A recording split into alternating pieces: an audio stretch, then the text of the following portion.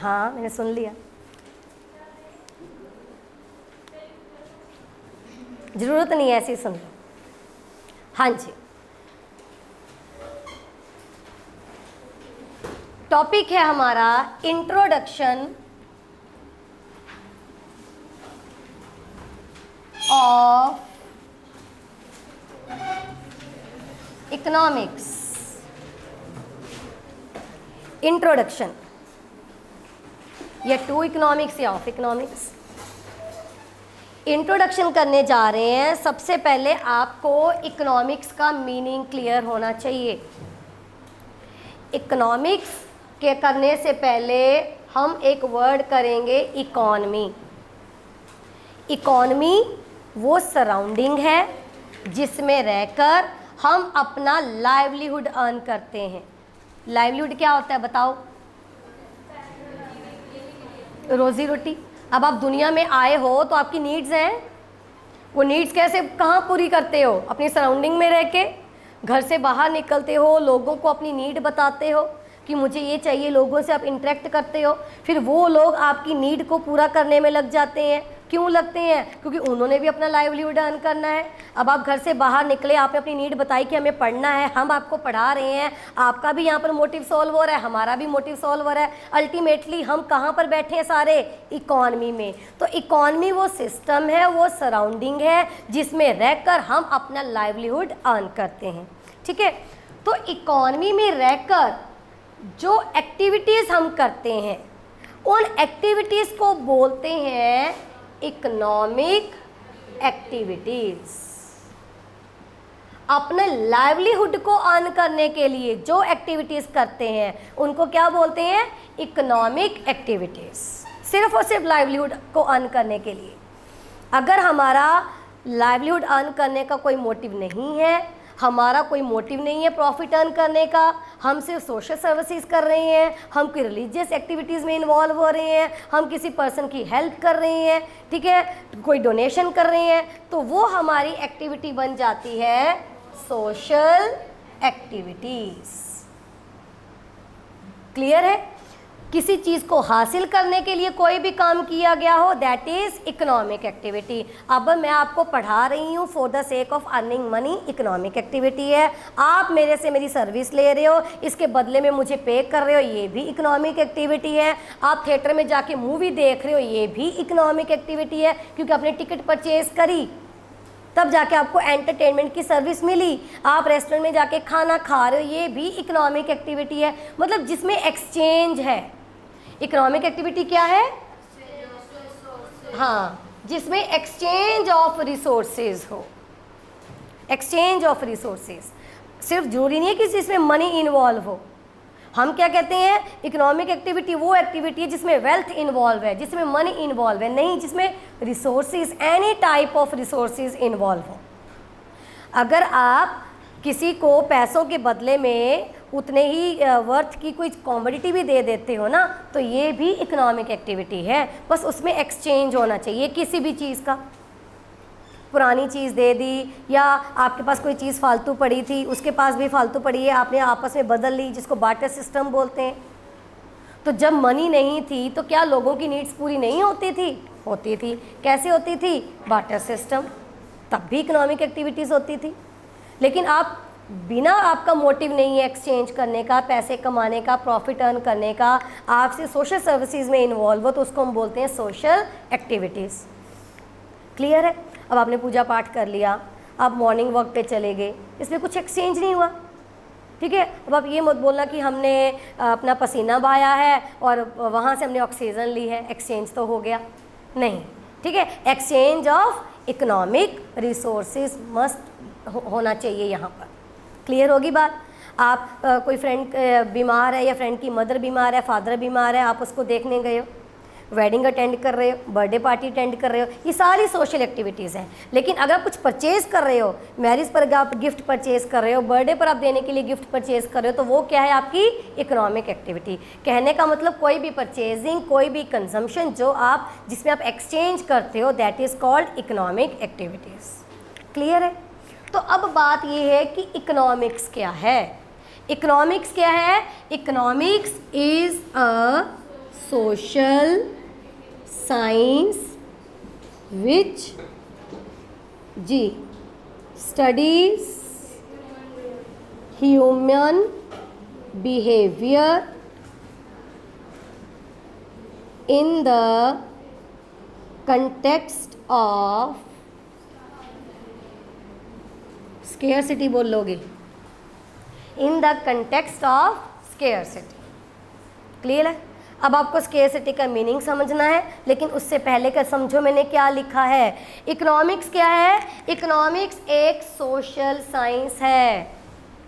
Social science वो होती है जो ह्यूमन बिहेवियर को स्टडी करती है। इकोनॉमिक्स इज साइंस, लेकिन कौन सी? सोशल साइंस, जो कि ह्यूमन बिहेवियर को स्टडी करती है। लेकिन इकोनॉमिक्स ह्यूमन बिहेवियर के साथ साथ इस चीज़ को भी स्टडी करता है जो कि सोशल साइंस नहीं करती। सोशल साइंस और इकोनॉमिक्स में सिमिलैरिटी क्या है कि ये दोनों की दोनों ह्यूमन बिहेवियर को स्टडी करते हैं, लेकिन डिफरेंस क्या है? इकोनॉमिक्स में हम स्केर्सिटी को स्टडी करते हैं, लेकिन सोशल साइंस में स्केर्सिटी को स्टडी नहीं किया जाता। Human behaviour in the context of scarcity. Human behaviour सुबह से लेकर शाम तक ह्यूमन बींग्स बहुत सारी एक्टिविटीज़ करता है, जिसको हम दो पार्ट में डिवाइड करते हैं, इकोनॉमिक एक्टिविटी और सोशल एक्टिविटीज़। लेकिन इकोनॉमिक्स सिर्फ और सिर्फ किन एक्टिविटीज़ को स्टडी करता है? Economic activities. इकोनॉमिक एक्टिविटीज़ क्या होती है मैंने आपको बता दिया। अगर आपने BCK का फर्स्ट लेक्चर लगाया होगा फर्स्ट चैप्टर का, तो उसमें भी पूरा डिटेल में इकोनॉमिक एक्टिविटीज़ को बताया गया, फीचर्स भी बताए गए हैं, है ना? बताया गया ना वहाँ पर। अब इकोनॉमिक एक्टिविटीज़ को पूरा करने के लिए इकोनॉमिक नीड्स को पूरा करने के लिए जो एक्टिविटीज़ आप करते हो उस चीज़ को स्टडी करता है इकोनॉमिक्स, लेकिन in the context of scarcity. अब स्केर्सिटी क्या है? स्केर्सिटी का मतलब होता है शॉर्टेज। ठीक है, यहाँ पर शॉर्टेज किसकी लेंगे? Shortage of resources. रिसोर्सेज कौन से? इकोनॉमिक रिसोर्सेज, जिनसे हमारी नीड पूरी होती है। ठीक है, शॉर्टेज क्यों है? क्योंकि हमारी अनलिमिटेड वांट्स हैं या नीड्स हैं, लेकिन उनके लिए जो रिसोर्सेज हमें चाहिए वो क्या है? लिमिटेड है। और ये तो है ना, हमारी नीड्स कितनी है? बहुत ज़्यादा, अनलिमिटेड। मेरे पास अगर इतने पैसे होते तो मैं ये कर लेता, मैं तो पूरी मार्केट ही खरीद के ले आता। होता है ना ऐसे। लेकिन चाहिए क्या उसके लिए? रिसोर्सेज। और जो रिसोर्सेज हमारे पास हैं उनके क्या हैं? अल्टरनेटिव यूजेस हैं। अब आपके पास पैसे हैं, उन पैसों को या उड़ा लो या यूज़ कर लो, वो तो आपकी मर्जी है ना। ठीक है, अब आप चाहते हो कि मैं ये भी कर लूँ, मैं मूवी भी देखाऊँ, मैं पार्टी भी दे दूँ फ्रेंड्स को, मैं अपनी ड्रेस भी नहीं परचेज़ कर लूँ। ठीक है, मुझे ये भी करना है, वो भी करना है। इन सारी चीज़ों के लिए पैसे कितने चाहिए? बहुत सारे।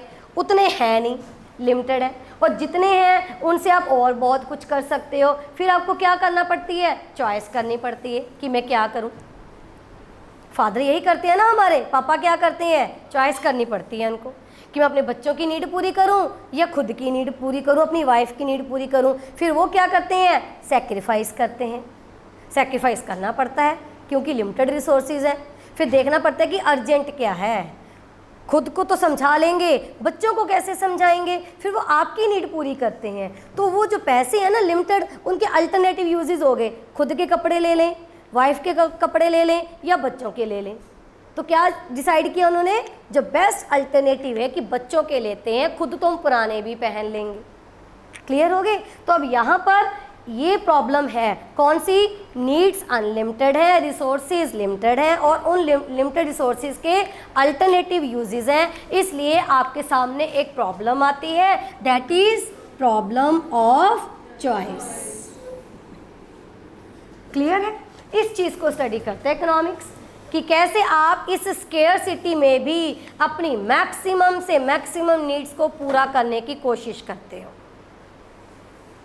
होता है ना, वो घर पे लिमिटेड पैसों में भी अगर उनकी फिक्स्ड इनकम आती है हर महीने, तो उस महीने में उस फिक्स्ड इनकम से सभी लोगों को सेटिस्फाई करने की कोशिश करते हैं।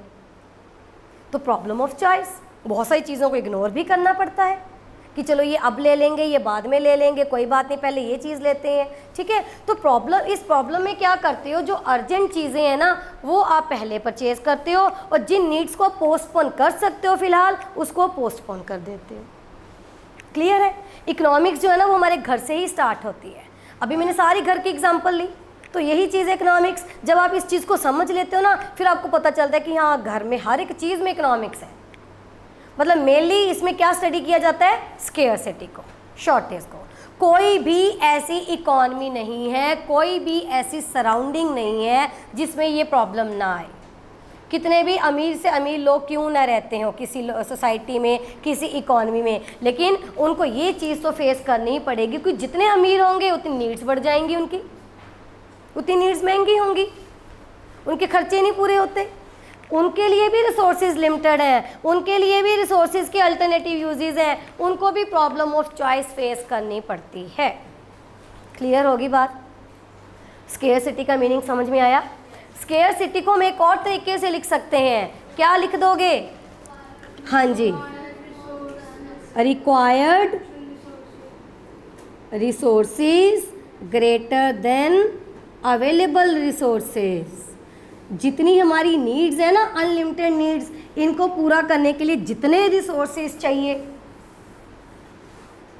उससे कम है हमारे पास, तो required resources greater than available resources, इस चीज़ को बोलते हैं स्केर्सिटी। यहाँ पर एग्जांपल वही दे रखी है कि मान लो आपके पास 500 रुपये हैं, आप उसके साथ एक ड्रेस परचेज कर सकते हो। वैसे तो 500 में आती नहीं ड्रेस, चलो फिर भी मान लेते हैं।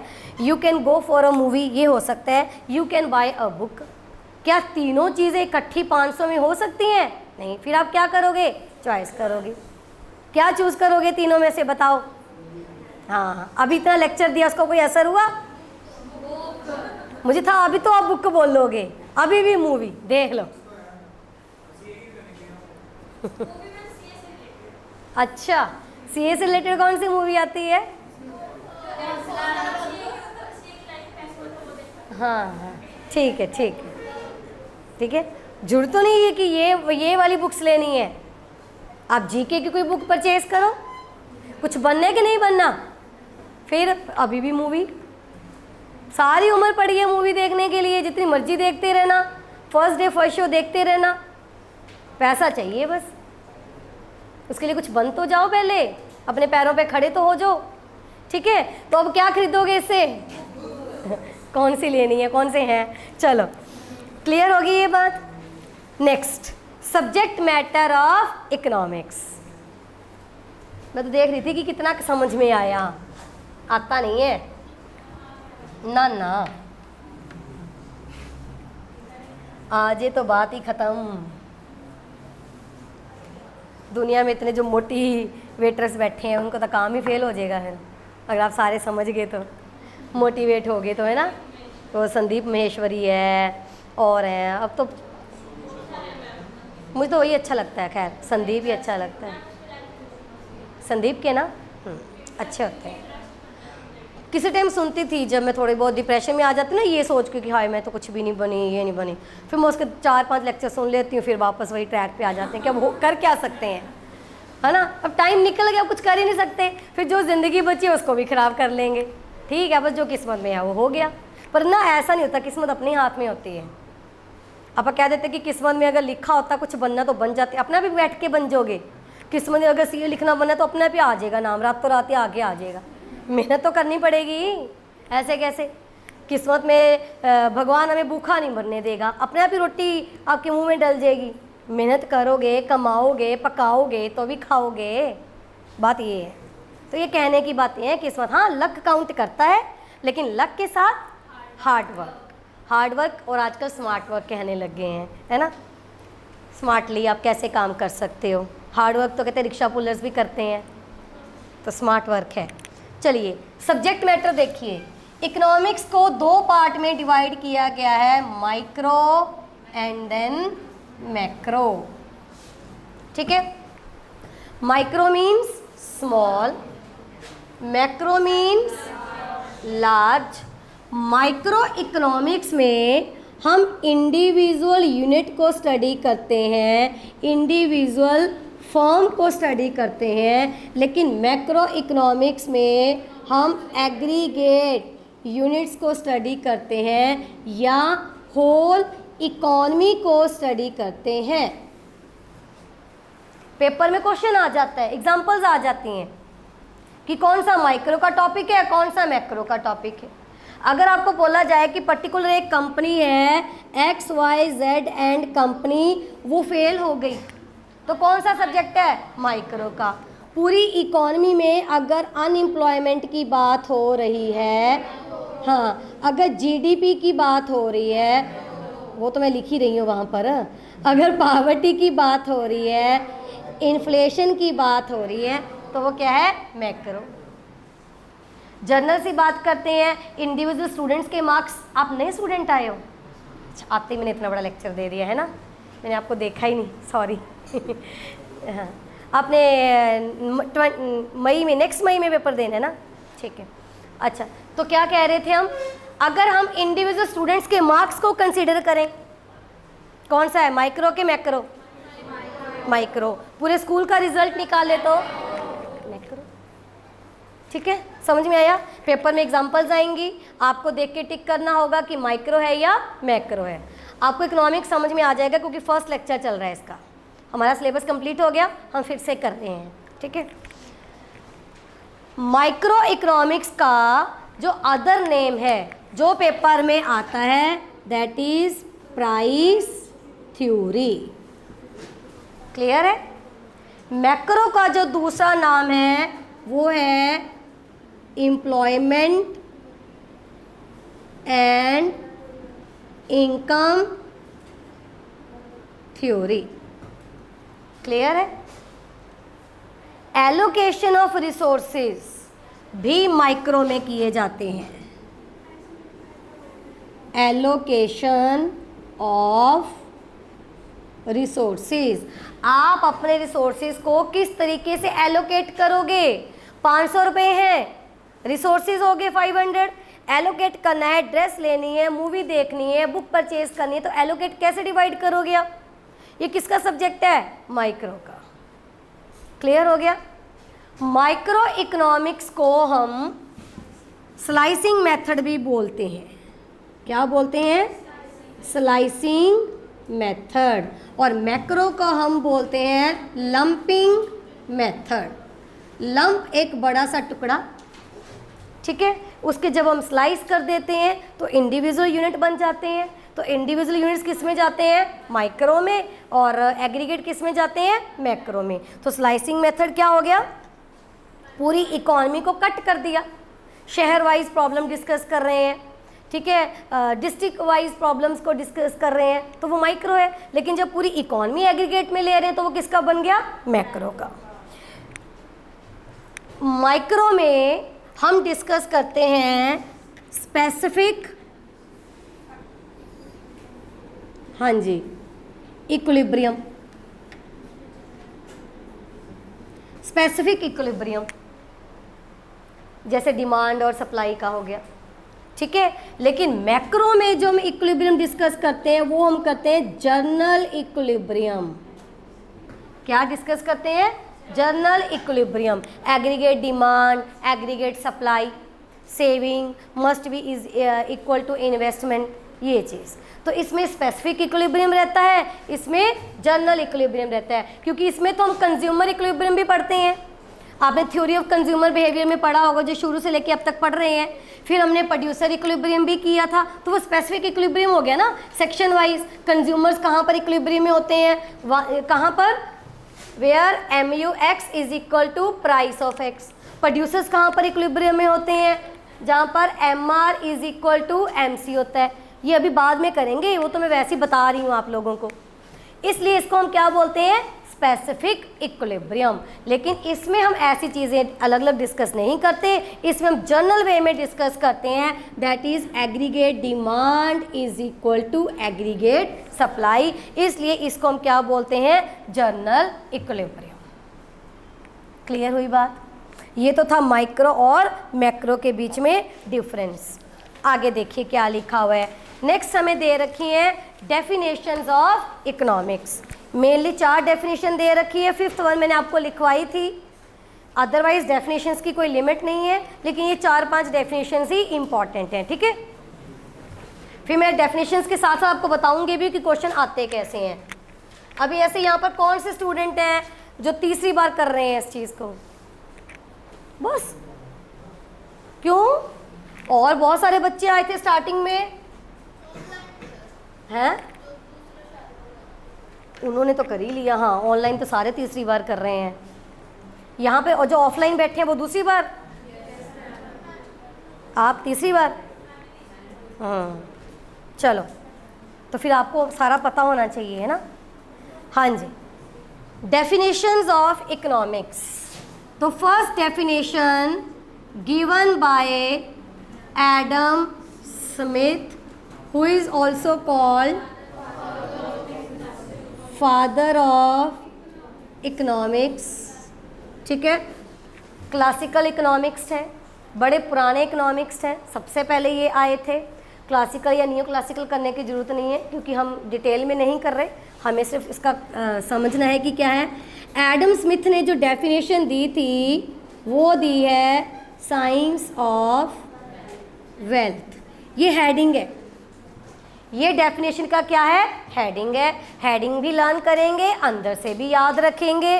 तो साइंस ऑफ वेल्थ किसने दी है, एडम स्मिथ ने। क्या बोला है इसके लिए नोट्स में देखो, economics is an inquiry into the nature and causes of wealth of the nations. ये जो लाइन लिखी है इसी के नाम से बुक है पूरी ना, पूरी बुक का नाम है economics is an inquiry into the nature and causes of wealth of nations. तो ये बुक कब लिखी है, 1776 में इन्होंने बुक लिखी, 1776।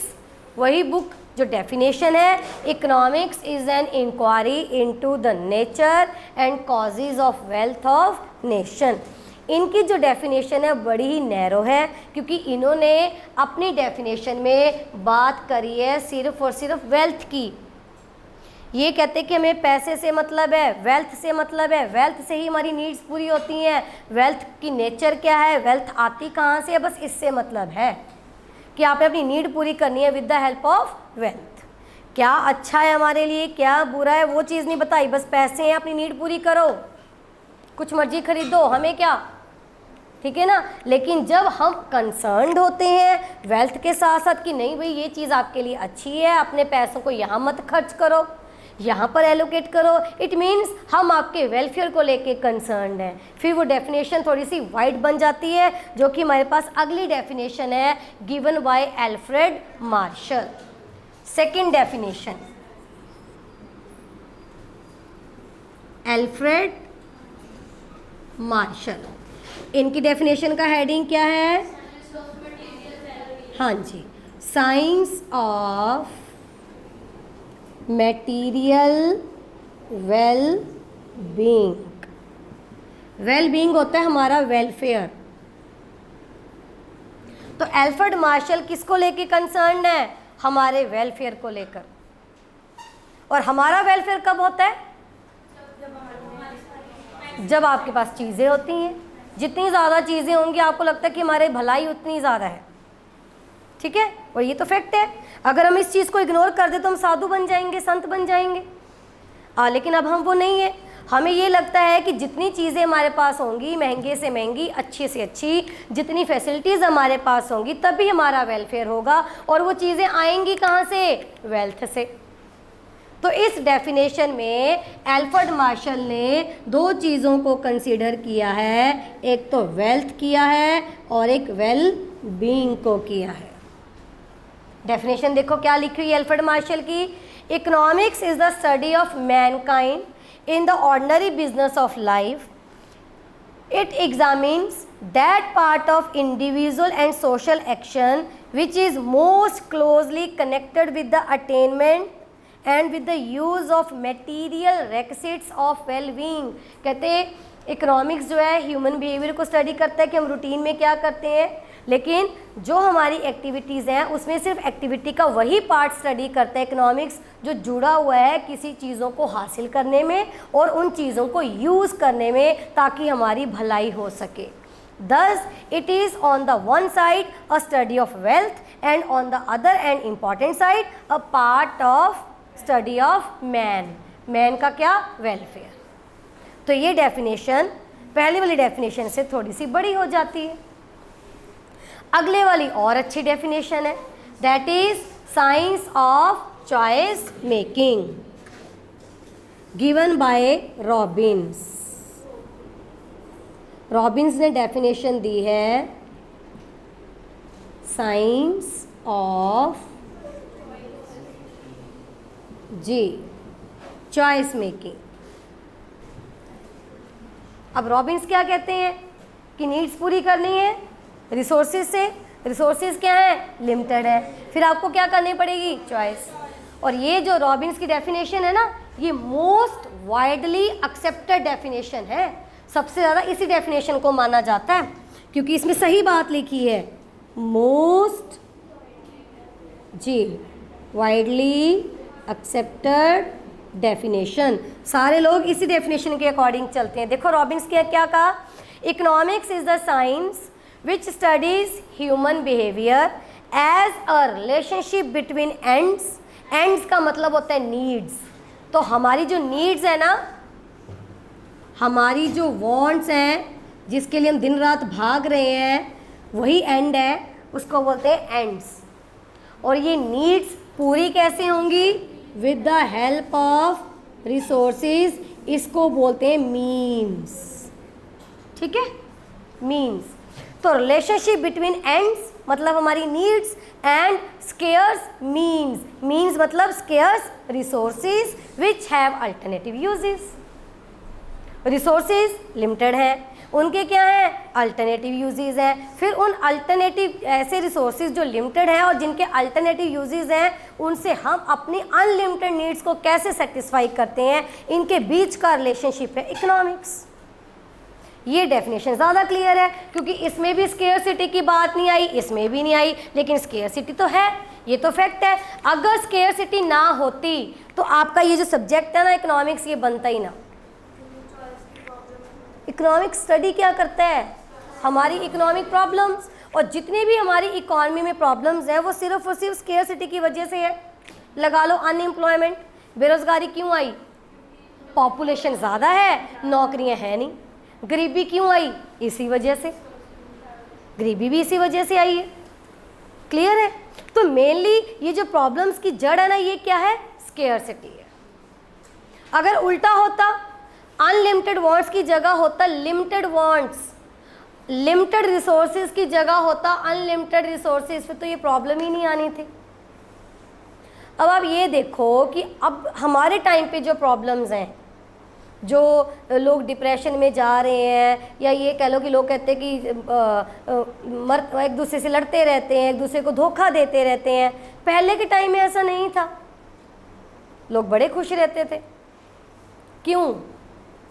क्योंकि उस टाइम उल्टा था, उस टाइम उल्टा था, नीड्स कम थी, पैसे थे, नीड्स ही नहीं थी। अब तो नीड्स की कोई लिमिट ही नहीं है।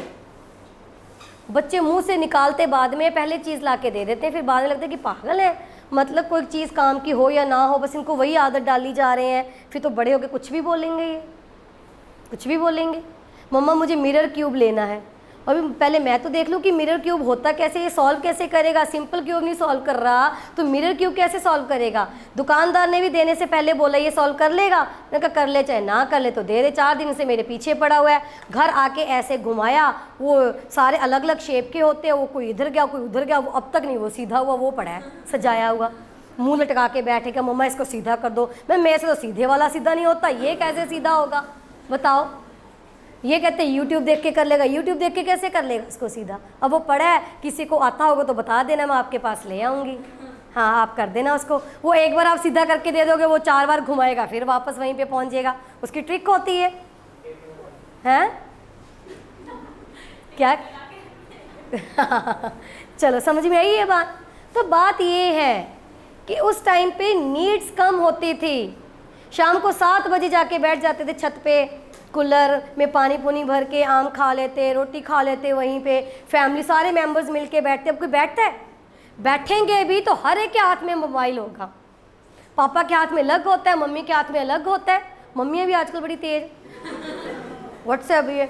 मेरी मम्मी आई यहाँ पर 2 दिन लगा के गई है। मैं कहा मम्मी क्या लगा के बैठी है ये, बंद कर दे इसको। स्पेक्स लगा के ऐसे फ़ोन देखी जा रही है आराम से, टांगों पे टांगे रख के। हैं अच्छा, मम्मियाँ पापा फिर बच्चों के हाथ में इकट्ठे तो हैं लेकिन इकट्ठे नहीं हैं।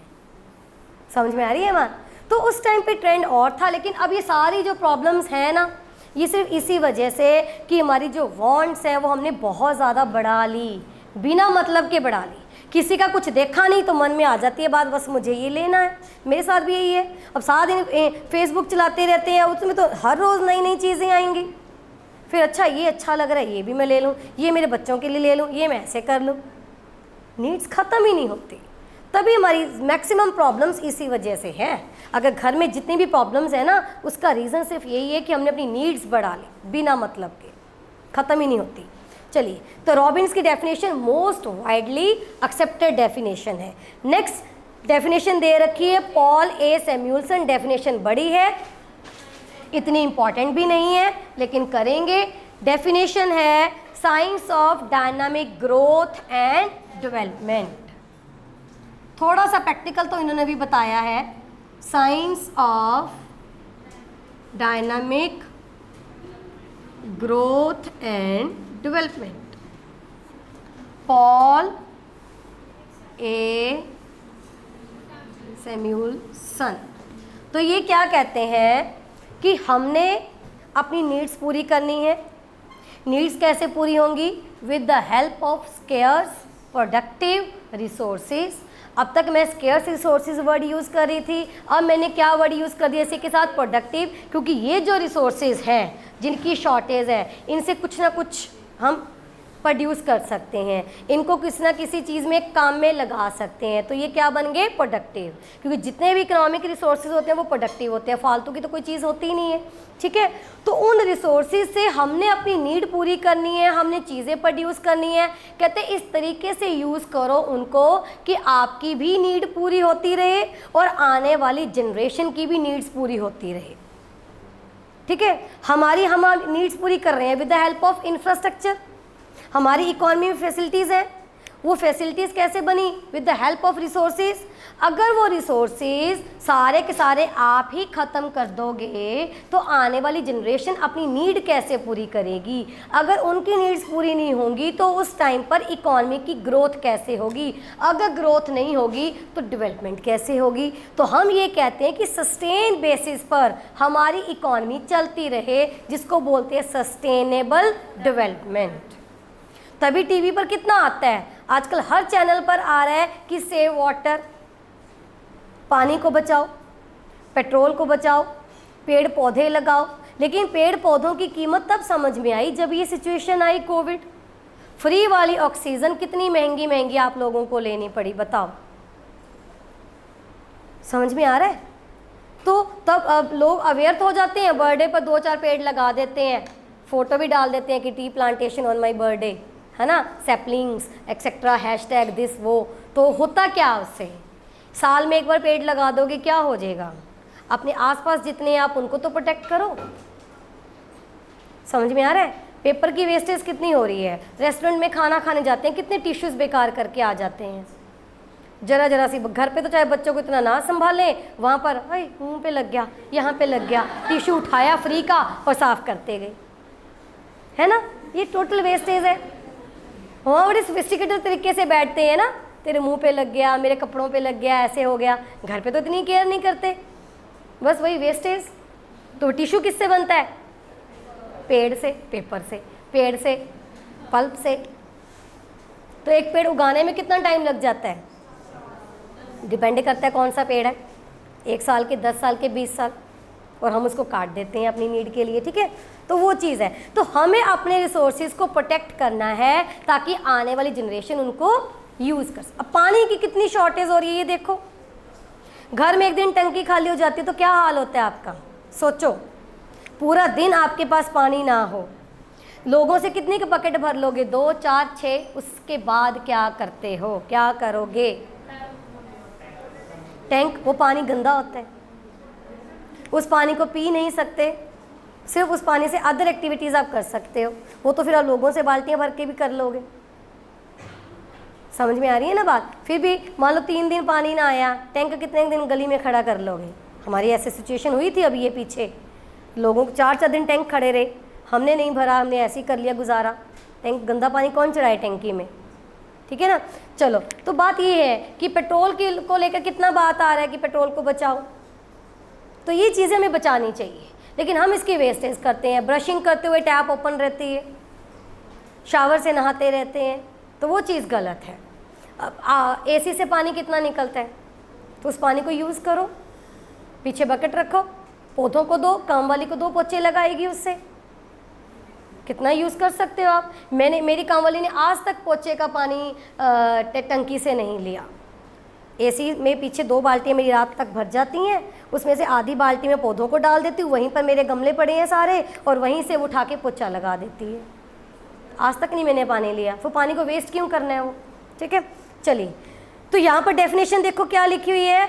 Economics is the study of how man and society choose with or without use of money to employ scarce productive resources which could have alternative uses। चाहे तो आप पैसों से खरीद लो, चाहे बिना पैसों के बार्टर सिस्टम को यूज़ कर लो, उन रिसोर्सेज के क्या है, अल्टरनेटिव यूजेज है। To produce various commodities over time and distribute them for consumption now and in future amongst various people and groups of society. कि कैसे आप उन रिसोर्सेज को यूज़ करते हो ताकि आपकी आज की भी नीड पूरी होती रहे और फ्यूचर की भी नीड पूरी होती रहे। एक लास्ट डेफिनेशन लिखो, हाँ, डेफिनेशन नंबर 5 जो नोट्स में नहीं है लेकिन आप लिखोगे, गिवन बाय JB से, फॉलोअर है एडम स्मिथ के। एडम स्मिथ ने डेफिनेशन क्या दी है, साइंस ऑफ वेल्थ। इन्होंने डेफिनेशन दी है science which deals with wealth. Similar सा लगता है, पेपर में क्वेश्चन आता है, science which deals with wealth किसने दी है, एडम स्मिथ या JB से, JB से। साइंस ऑफ वेल्थ किसने दी है, एडम स्मिथ। बार बार कह रही हूँ कि पेपर में फिर आप कंफ्यूज नहीं होगे कि क्या डेफिनेशन है। साइंस जी विच डील्स विद वेल्थ। अगर आप बुक्स में स्टडी करोगे ना, आप नेट पे स्टडी करो तो दोनों की डेफिनेशन सेम आएगी, क्योंकि JB से एडम स्मिथ का ही फॉलोअर है। फॉलोअर का मतलब जो उसने बोल दिया मेरी तरफ से भी वही, ये चीज़ है। तो इसलिए दोनों ने वेल्थ की डेफिनेशन दी है, लेकिन डिस्टिंग्विश करने के लिए नेट पर या बुक्स में क्या डाल दिया, science which deals with wealth, और ये क्या है, साइंस ऑफ वेल्थ। क्लियर है, बहुत है आज के लिए, इतना ज्ञान बहुत है, इतना GKM बहुत है, GKM ज्ञान के मोती, ठीक है जी। बाकी कल, चलो, थैंक यू।